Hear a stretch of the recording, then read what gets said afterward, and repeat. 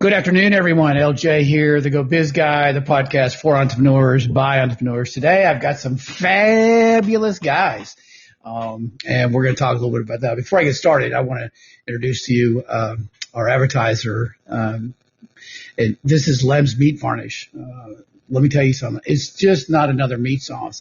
It's a champion. Their sauces have taken multiple awards for the best sauces in barbecue competition throughout the South.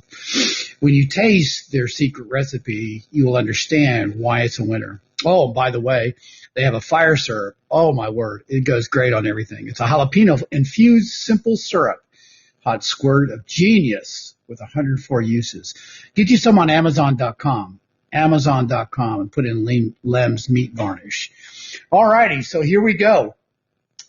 We've got a couple of guys that are part of a company that is a very historical company in West Virginia. And those of you that will listen around the world, you'll get to know, West Virginia in kind of a unique way. But they're part of the Blinko Glass Company, which, let me tell you something. They're going to talk a little bit about the history. So listen, I have Bryson Cutler. And I have David Wirtz. So thank you very much for joining us today. Thanks for having us, LJ. We appreciate it. Yeah. And I like the fact that you call me LJ because I've been called a lot of adjectives over my years and everything, and LJ is probably one of the simpler ones. So let's talk a little bit about each one of you guys, okay? Both of you are native to West Virginia. And let's talk a little bit about your family history, if you don't mind. So tell me a little bit about growing up, Brian, in West Virginia, and then Dave, you're on second. Sure, yeah. So growing up in West Virginia has been it's been a unique thing, I think.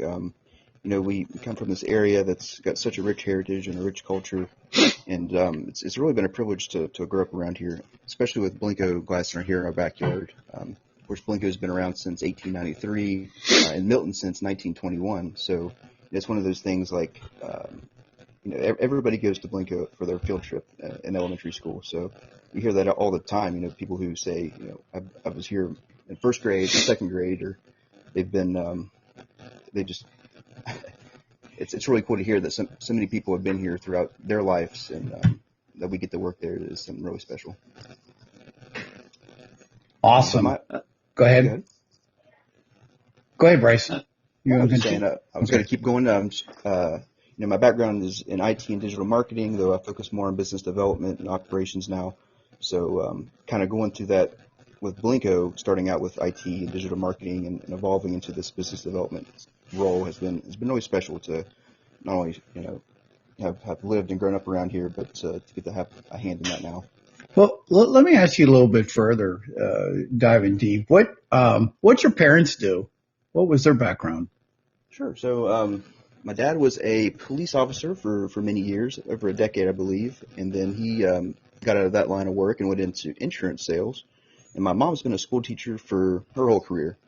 And so my mom's side of the family, they were all school teachers. So my grandfather's a school teacher. His father was a school teacher before him. So teachers run in my side of the family. And then on my dad's side, actually, we have glass in the family. My grandfather on that side worked in a glass factory, Owens Corning. Right? Yeah. His father did the same. So a little bit of glass there, a little bit of glass history in the family. That's awesome. I have teachers in my family as well. My oldest daughter's a teacher. My youngest daughter's a teacher. And my daughter-in-law is a teacher. And so I get you on that side of the family. Glass, not so much, okay? I just know the glass is sharp, okay? Yeah. So, so Dave, what's happening? Tell me a little bit about you and your background. Sure. Thank you for asking, sir. So I am a Hurricane-born and raised guy. Lived here on Turkey Creek most of my life and do so now. Graduated from Hurricane High, in fact. Graduated from Marshall University in 2010. Dang. And planted some roots here and there throughout the country, but always found myself coming home. So about 8 years ago, met Bryson, of course, and we had recognized something in the area. It's one part opportunity, sure, but another part just the need to make an impact in our community.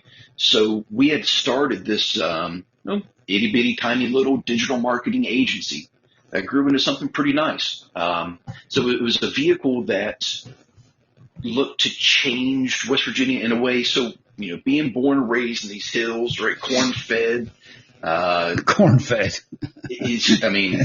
really and truly feel that stuff, right? Right. We are good at a lot of things being Appalachians, right? We're great at just pure hard work when it's called for. We're even geniuses in our own right? You should see my great-grandfather's barn with all the tools and gadgets he made for some project he was working on. But we lack, maybe it's trust, maybe it's infrastructure, surely, but we're not great at this whole internet thing. We're getting better at it now, right? West Virginia, we're getting more and more connected. Frontier's I'm actually talking to you right now on a 1 gig fiber line out Turkey Creek laid by fiber as part of the last leg push to West Virginia Connected. Gotcha. So, I know that. Yeah. Uh-huh. And so, like, literally and figuratively, we're not great at the internet. It's hard to get us here in the hollers. And so once we finally get it, we're 10, 20 years late to the trends, right? So, being the younger generation in West Virginia and seeing folks like my grandfather and others toil away and work their life away, there's the next generation of businesses are going to have us helping them, or people our generation, bending the internet to their will to make it make sense and drive economic value for us. West Virginia has a long tail of economic inequalities, coal mining, name a thing. Mm-hmm. This is really our chance to leverage and to gain some equality back here, to leverage the power of the internet and to drive businesses here in West Virginia. So that's what we sought out to do, is leverage the internet. And so we did that through websites, through digital ads, through communication tools, through name a thing. We worked with all sorts of people.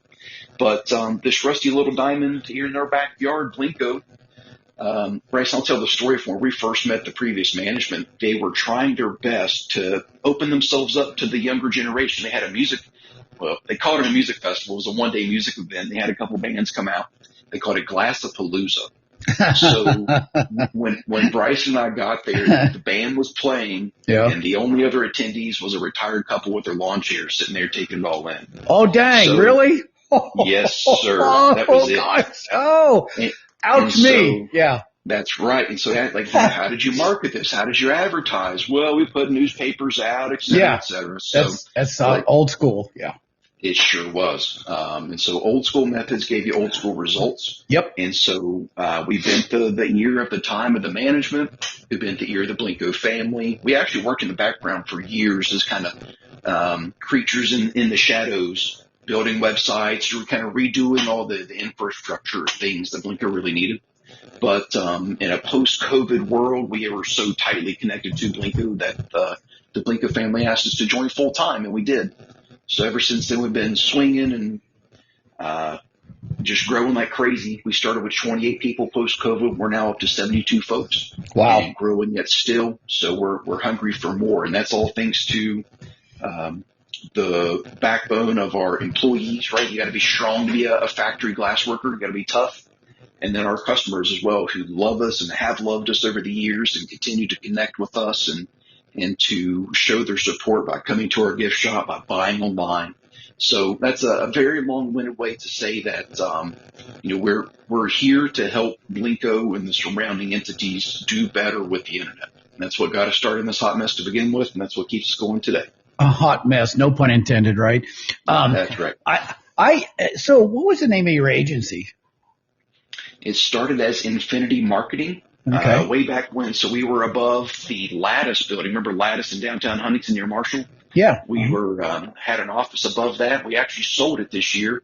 When we sold it, it transferred into Vandalia Digital, still operating here in Hurricane, in fact. Awesome. Okay. Mm-hmm. So are you guys so interesting. Where do you think you guys got and both of you can chime in. I don't who's on first, who's on second, doesn't matter to me. But tell me a little bit about your entrepreneur spirit. How is that defined?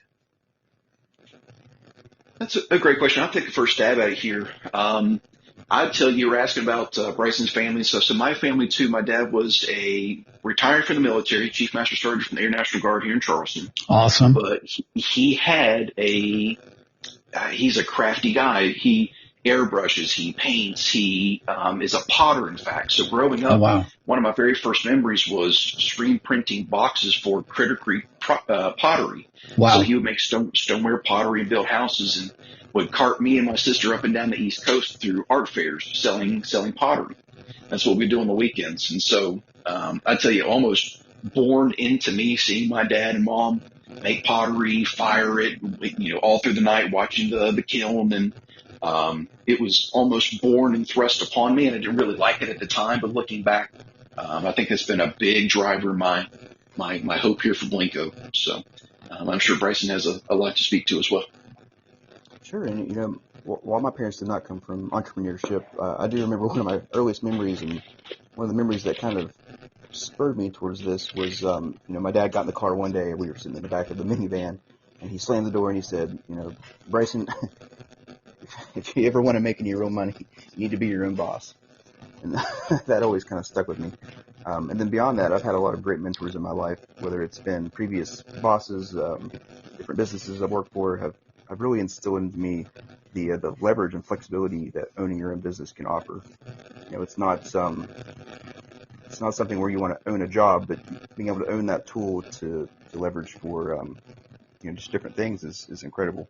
So, go ahead. Why do you think, people hear that all the time, start your own business. Where do you actually start your own business? I mean, what you both talked a little bit about the fiber of entrepreneurship, and Dave, you saw it and you witnessed it, you worked for some people, and then you made a jump. What gave you the backbone to make a jump into your own agency? Both of you can, take off. What'd you say the other day? I'll let you take that one. Sure. Oh, okay. I think it starts with a mission and a drive. For us, it was that we looked around, and at this point, we had just gotten out of college, and a lot of our friends were looking at moving out of state, and that's it's sad for West Virginia to have that kind of brain drain. So, like I said, it begins with a mission, and that's to keep jobs here, to make our own jobs, to make our way here locally. And like Dave said, our mission was to bring internet to West Virginia and to leverage that for the local businesses here. And I think really that's what gave us the courage to jump right into it. We both had skills in IT, and Dave with website development, and something we could do and do well, so we did. Yeah, I tell you, people make a big stink about, and rightfully so, business plans and conceptualizing. Yeah, right. All these other types of things too. Yeah. Sometimes that's crucial. Sometimes, yeah. Mm-hmm. Go ahead. Also, sometimes it's a barrier to entry, right? And a barrier to getting going on some stuff. Yeah. So I tell you, a cup of coffee and an evening on the Secretary of State's website, and you've got a business, right? No, so right? A couple of clicks and you can do it. Yeah. So Yeah. The barriers aren't that huge in many, but the more effort you put into planning, as 8 years into this stuff, Bryson, I can tell you we've learned a lot of lessons. But sometimes it's just as easy as that, going to Secretary of State, filing, getting your business license, and get going on it. And that's really motivating folks to take that first step. You're going to learn the lessons. It's going to be imperfect no matter what. Get going. So thankfully, there is a wonderful support network, both here in Hurricane, in the local area, Putnam, Cabell counties, and Kanawha too. So get out there and find your network. I know that the Putnam County gals, Ashley, and all the CBD folks are really moving and shaking, and they just want to help. So, get filed, get going, and go find a network to get involved with.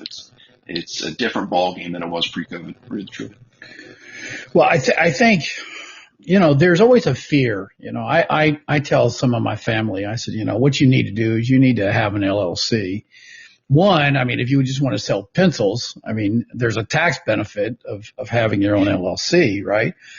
And so, if you listen to, Grant Cardone and some of those guys, I mean, they have leveraged a lot of entrepreneurship stuff and everything. And They will tell you what to do, what not to do, and everything. And I think that there's a fear factor going into business for yourself. What do you guys think? Oh, I mean, absolutely. It's a scary thing to jump out there without a safety net, of financial safety net at least. I have a background in telecommunications. I was a corporate trainer developer for a regional long distance company. I worked for MCI and kind of moved my way up a little bit and everything. But it's interesting because I was let go of a job and I started a consulting company. And within 30 days, I was able to turn on a dime just because of my entrepreneurship. And I don't know where I get that entrepreneurship from. I mean, my dad had he had a small business, but I didn't really learn from it. But I think inside of the people, business is not for everybody. Being an entrepreneur is not for everybody. And I think, Dave, I think you said it. You just have to jump through, right? And you have to kind of like navigate the process, right? Sure. I'd tell you, leap of faith, trust your gut. Whatever that instinct is, trust it, right? And navigate through it. There's people that want you to succeed. There's people that, are out there to help you. And so Bryson will laugh at this, but a wise man told us a long time ago that people buy why you do it, not what you do. And so if you start with that and have a good attitude, you can really truly get away with a lot. Well, like you said earlier, Dave, there's a lot of support out there for young entrepreneurs. So the Secretary of State offers it's the YEA, the Young Entrepreneur Act, which allows you to open a business for effectively free if you're under 30. Local SBDC is a great source of knowledge. So anytime you have an idea, you can hop right in and they'll get on a call and walk you through it. So as long as people know that those resources are out there, really it becomes a lot less scary. The Advantage Valley crew that focuses between Huntington and Charleston with their faster initiatives, they have tons of classes. They have a whole calendar of events. So if you're into tourism or cottage industry stuff, let's say your Nana has an awesome cottage cream dip that you want to market and take off and start to sell, they're the perfect people to help you take that stuff because West Virginia from the state down has a bunch of initiatives. And that cottage industries one is one of them right now. So you can absolutely find the network and help to take that leap of faith and get going. Excuse me. And that's not to say there won't be trial and error. I mean, how many mistakes will be made, Dave? I mean, it's just about getting in there and understanding, you're going to fail a few times. And maybe you don't know how to run payroll, but guess what? Look it up and you'll work your way through it. It's no big deal. Yeah. So you have 72 employees. Do you have an HR guy or person? Yeah, we sure do. You guys? Are you guys HR? Yeah, you're looking at it. Yeah. I have a friend of mine. She's been on my podcast, but she's an HR person at a huge marijuana facility in Colorado Springs, and working with a lot of people. And I want to ask you something about the craftsmanship of because I think that's very integral to you guys. How do you maintain craftsmanship of glass? We'll get back into the 72 people in just a minute. But how do you, and that's an interest to me because I've seen past pictures of Blinko glass where the guy's got a beard, he's sweating, he's blowing glass and everything like that. How do you maintain that craftsmanship over the years so that you don't lose that value of Blinko glass? That's a great question. So with Blinko being open for so long, we have generational gaps, right? So at Blinko in particular, it is quite literally hand-to-hand transfer of that knowledge. It's on the job, 40 hours a week of learning. We have a statement of expectations where coaching and coachability is one of our core tenets. You have to be willing to share what you know, and you have to be willing to learn everything that you possibly can. So the lifelong learner is the ideal candidate that we look for, but the lifelong teacher is also sometimes the best thing. Imagine having 40 years of glassmaking knowledge and not sharing a bit of it with anybody. Right? Yeah. we've already lost it at that point, right? If that's true and you're unwilling to help or to coach, then there's nothing more than we have to do here, right? So coachability and coaching is a core tenet of what we do. And that's easier said than done, right? You got the 40-year veteran, the expert in what they do, and you've got this, call them a Gen Z wannabe, right? They want to be the tough guy, but it's the puppy and the old dog nipping at the heels, right? Yep. So the old timer expects that tool there, they expect that glass there when they need it to be. So it's communication issues can occur, generational understandings of each other, right? The Gen Z guy doesn't always understand the demands that the Gen X or above person would expect. And so there's a lot of imperfection there, but thankfully we're all lined there by passion. They all want to be there. You hear a lot, Gen Z, millennials, they don't show up to work, blah, blah, blah, blah.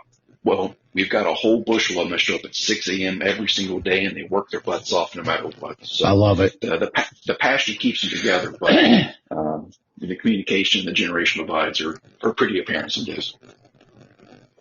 So let's talk a little bit about, I have no idea the return on investment through glass. And I have no idea how it starts with the craftsman, because to me, if I had to pay a craftsman, I'll tell you what, I would almost, because he's the backbone of the company, I think, correct me if I'm wrong, you guys, but I think he's the backbone of, I'd almost pay that guy $100,000, $200,000 a year to blow glass.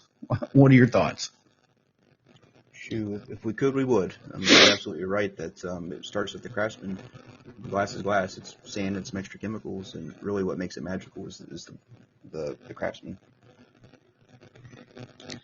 Yeah, so we're at Blinko at an interesting time. So we pay higher than ever. We want to pay more, and we continue to pay more. Benefits get better every single day. Just 4 years ago, when we started full time, there was no vacation, there was no sick leave, there was no insurance, there was no retirement plan. Wow. But there was barely a bathroom. Wow. But now there's all of that and more. So, including higher base wages. So that gets a little fuzzy sometimes with folks. It's easy to kind of step back. Well, Blinko's just increasing prices, or it's just inflation, or what have you. It's a course correction, because the Blinko 5 years ago did not include the price of that health insurance. It did not include, the cost of living things that we have to account for in our glass. And so as we continue to price well, right, and that's our goal here. It has to have a profit, no a reason, right? We can't run a not-for-profit glass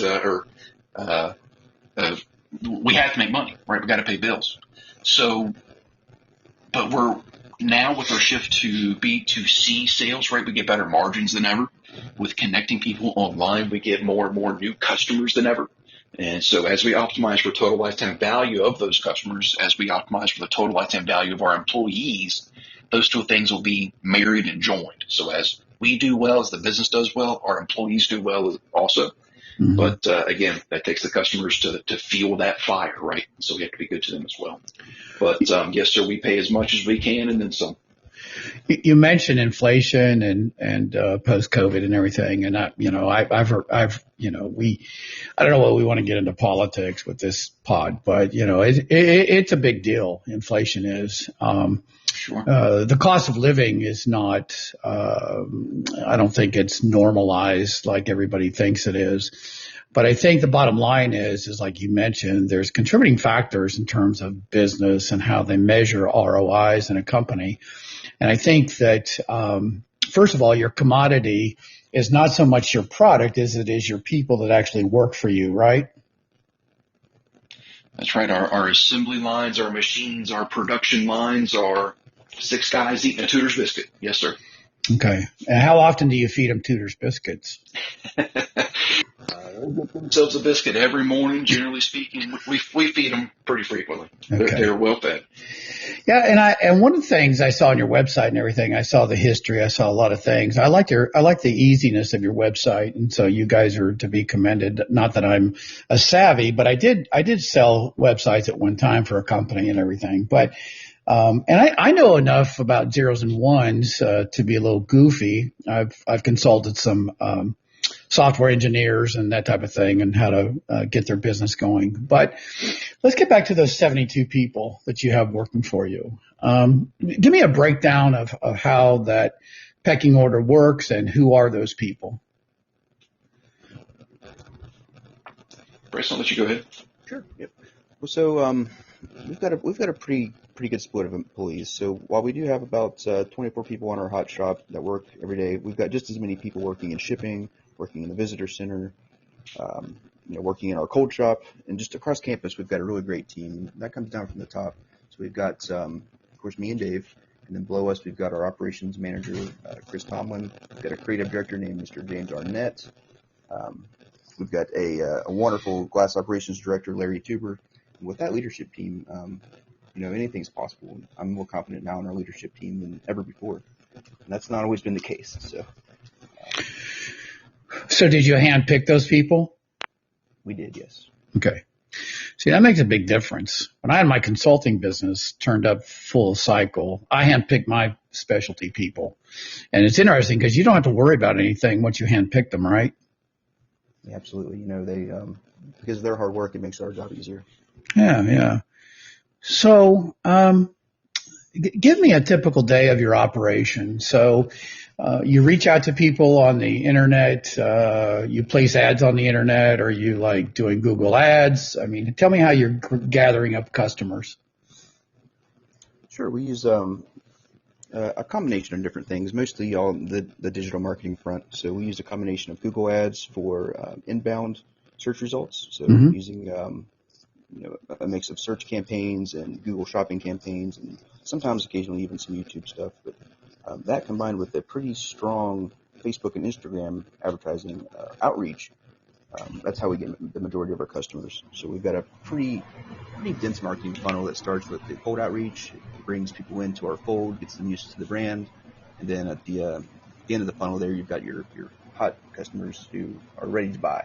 And at that point, we hit them with a specific product or something like that we feel that they would purchase. Well, I signed up for your 10% off today, so I'm on your email list. Just want to let you know that. So let's talk a little bit about the history. I know you guys talked about that at the very beginning and everything. And so Mr. Blanco started over in London. Is that true? That's correct. He started as a sheet glass manufacturer. Mm-hmm. And it trickled down over the years. And so there is correct me if I'm wrong, but there's a doctor right now who is kind of he's like the president of the company right now. Is that correct? That's correct. Dr. John Blanco, retired anesthesiologist from the Boston area. Okay. And how does he talk to you guys at that level? He just wants a report, a financial statement. Here you are. Sure. And I guess a good time to talk about, the Blanco leadership structure as far as the family goes. So currently Blanco is owned by 3 owners. The majority owner is Mr. Don Blanco. He's our executive director, and he lives kind of up in the Wellesley area. And then we've got Dr. John Blanco. So we got Don and John. John Blanco. Dr. Blanco is our president, so he's generally over the public-facing side of things. And then the third owner there is Miss Patricia Blanco, and she is the widow of the late Walter Blanco. So what that looks like on a day-to-day basis is really that we report to Don on a weekly basis, and then John and Patty on a quarterly basis. So Don's more the numbers guy. He's the one who wants to see progress reports. He's the one that wants to see financials, whereas our relationship with John and Patty is more of a reporting structure. Okay. So, have you guys ever given any thoughts about as you grow, maybe a profit sharing process with your employees? Yeah, absolutely, and that's something that I think that the owners are especially interested in. They know that the employees are the lifeblood of the company, and really that in order to last another 100 years, we have to invest in the employees. So they're very keen on a profit sharing plan, whether that's through a retirement fund or maybe through year-end bonuses. And it's good to note that we at one point did have a profit sharing plan that has since been converted into a 401k, but yeah, the owners are definitely interested in something like that. And so are we.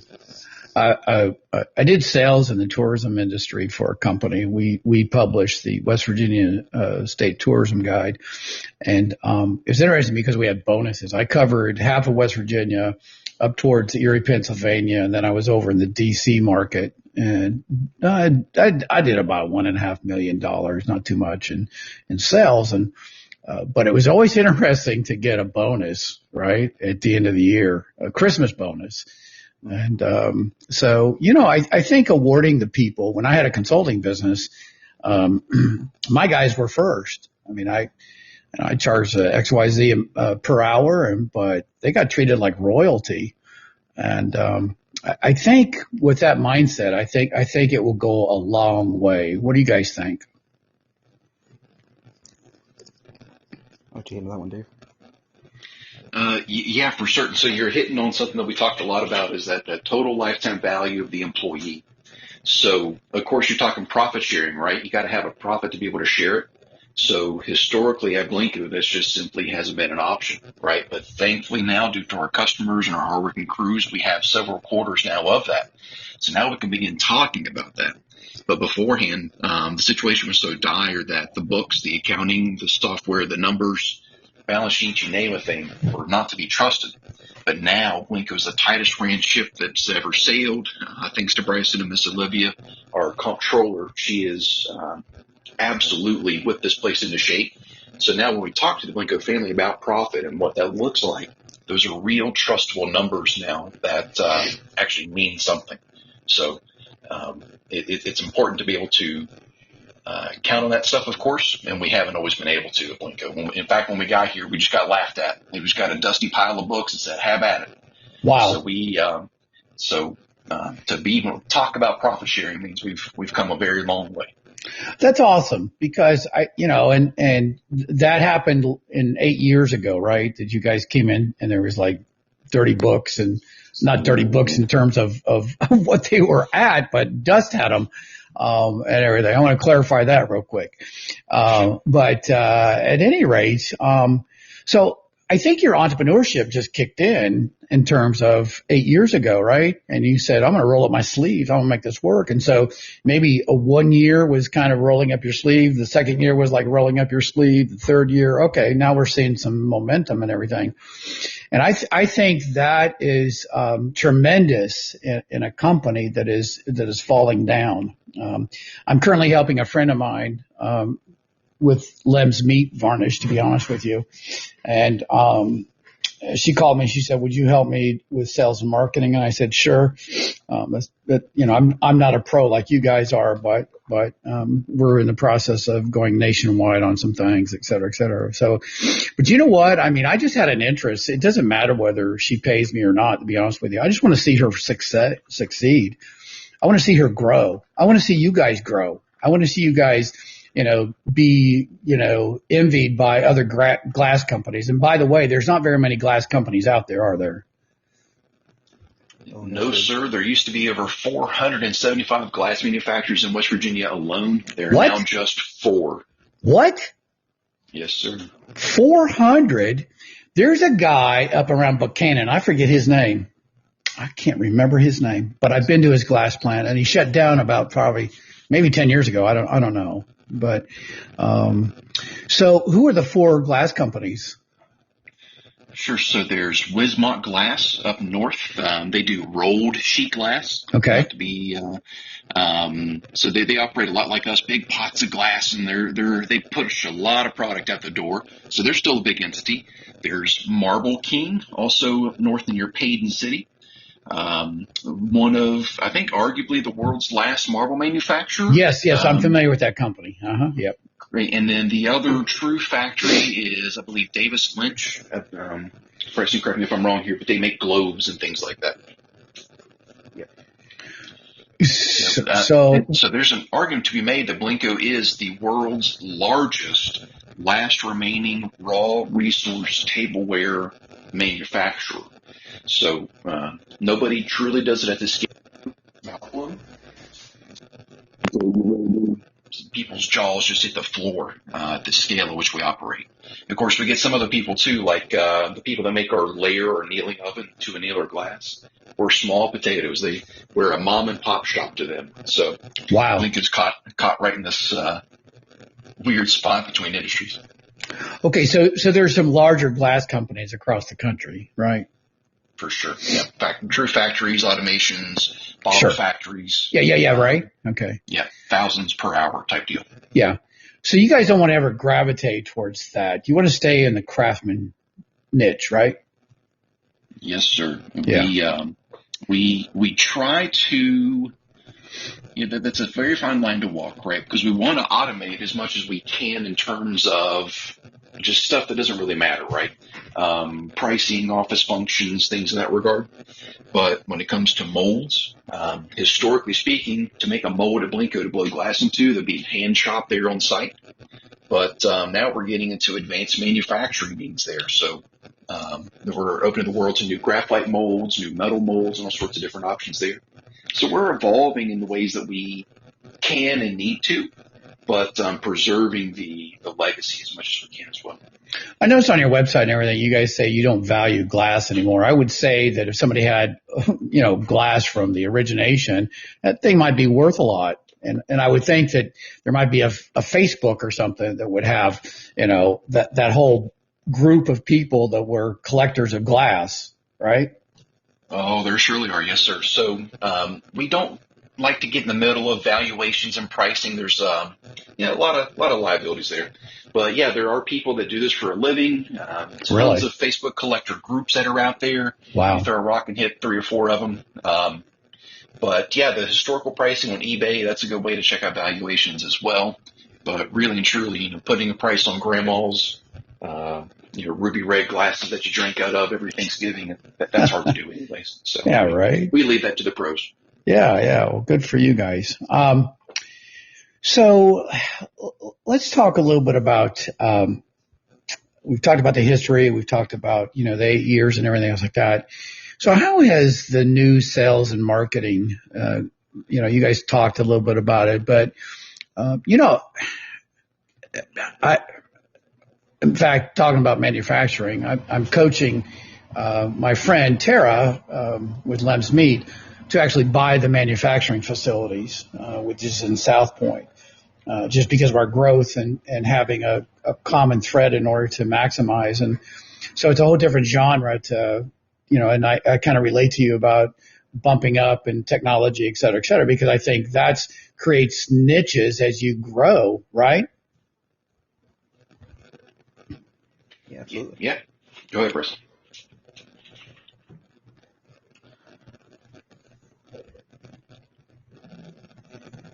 Sorry, I don't want to overspeak. Okay. Well, we're investing in other things too, right? So not just new furnaces and new technologies, but we're talking about how this relates to new sales. We have a new mobile unit. So instead of you coming to Blinko and us, come visit, we can now go to you and get people excited at either your place of employment or your school or what have you. I love it. So that's the long con, right? We don't expect just because you saw Blinko in a parking lot making a glass for you to come and outpour your wallet in the gift shop.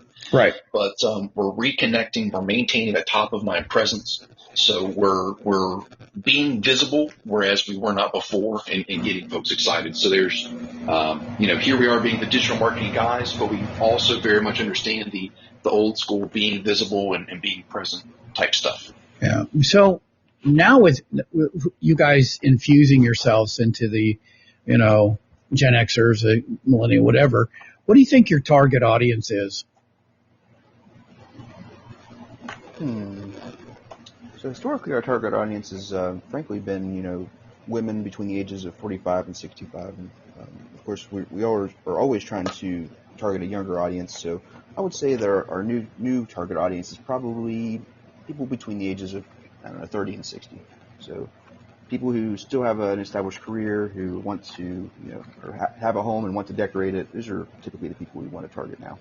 Okay, so the medium income of those people? Generally, we'd say it's probably about $60,000 a year. Okay, all right. Now, what about surrounding states? I mean, do you guys get those kind of demographics, or do you guys just okay, this is our medium, and we're not going to look at surrounding states data or nationwide data? I wouldn't say that it's not that we don't look at the data, but it varies so much from state to state. Okay. We focus more geographic locations is when we do our targeting, not necessarily demographics for income or stuff like that. Okay, all right. So where do you guys want to be in the next 5 years?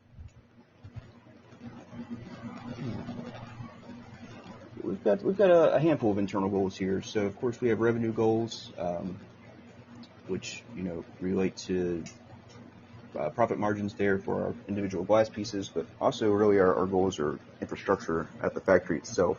So we want to see all new furnaces. We want to see new lighting projects and better efficiencies for not only our gas usage but our electricity usage. We want to see us being better prepared for the event of storms and stuff like that. So we're working with several different of the grant agencies here locally to work on some of those energy efficiencies. So, for instance, we're working with the Department of Agriculture for their REAP grant to help us replace some of our furnaces and help upgrade our electrical infrastructure, which should save us thousands and thousands of dollars a year. In addition, we're working with the Department of Energy on another grant that will help us install some natural gas generators to help us offset stuff like power outages that Sure. are really pretty detrimental to our process. Yeah. I have a friend of mine. He takes coal dust and makes electricity out of it, and it's an interesting process that he's into. And he may be somebody that you may want to talk to, but at any rate, so in the next 5 years, you guys have some revenue goals, you have some internal goals that you want to kind of set your roots on and everything. So are you guys you write down this stuff and you actually have a plan, or you just kind of talk about it all the time and nothing really happens until, or you guys write it down? So we do have a written 5-year plan, and that's something that we work on. It's a living document, something we work on with the owners during not only our quarterly board call meetings, but interstitially throughout the year. So it's something it's living. It's always, of course, based on how the year goes. So depending on how revenue is in the year, some goals might be more attainable now versus later. But yeah, generally speaking, it's all pretty static. We want to hire more, we want to grow. We have these infrastructure projects that we not only need to do, but there's want and needs, of course. So over the last 2 or 3 years, what's the price increase been on your product? The number that comes to mind is about 35%. Wow. And that's with existing products. And then as we release new products, we just kind of start to price those higher. Sure. So not really an increase there, just yeah, because you had to kind of recoup some costs, right? I mean, or is that inflationary, that 35%? In small part, yes, but mostly it's just to kind of keep up with the new benefits we're offering employees. It's to keep up with infrastructure upgrades. But yeah, a little bit of inflation. Our chemical prices have gone up, so all of our raw resources we've seen prices go up for the last 8 years, really, year after year. Well, guys, listen, thank you so much. Let me ask you a question, maybe both of you guys. So if somebody was wanting to actually start a business and they wanted to start it from scratch, what would be your recommendations? Dave, I'll start with you. Sure. I'd tell you, use the tools that are available to you. I know AI is a bit of a buzzword these days, but there are tools to help you organize your thoughts and to build something resembling a legitimate business plan. So definitely use the tools that are out there and do your best to document, and get it all on paper as best as you can. And then again, don't let anybody stop you. Or if you have that vision, you have the gumption, keep going, start the Secretary of State site, get filed, and take off. So join your local chamber as best as you can, talk to your SBDA folks, there are people out there ready and willing to help you. You just got to go out and get connected to them. So there's no reason not to, really and truly. Awesome. Bryson, what's your thoughts? Sure, and I think starting a business is much like eating an elephant. You've got to do it one bite at a time. So I would say, just take it day by day. Pick a goal for Tuesday and try to achieve that goal. And over time, you will have a business. Well, thank you so much, you guys. And just one more thing. Listen, Lem's Meat Varnish. You guys got to get some of this stuff, man. I mean, you got to get that fire syrup, that jalapeno infused simple syrup. Go check them out on Amazon.com. Amazon.com. And Bryson, David, thank you so much for joining me today. And you guys have a very productive day today. Thank you so much. Thank you, sir. Take care.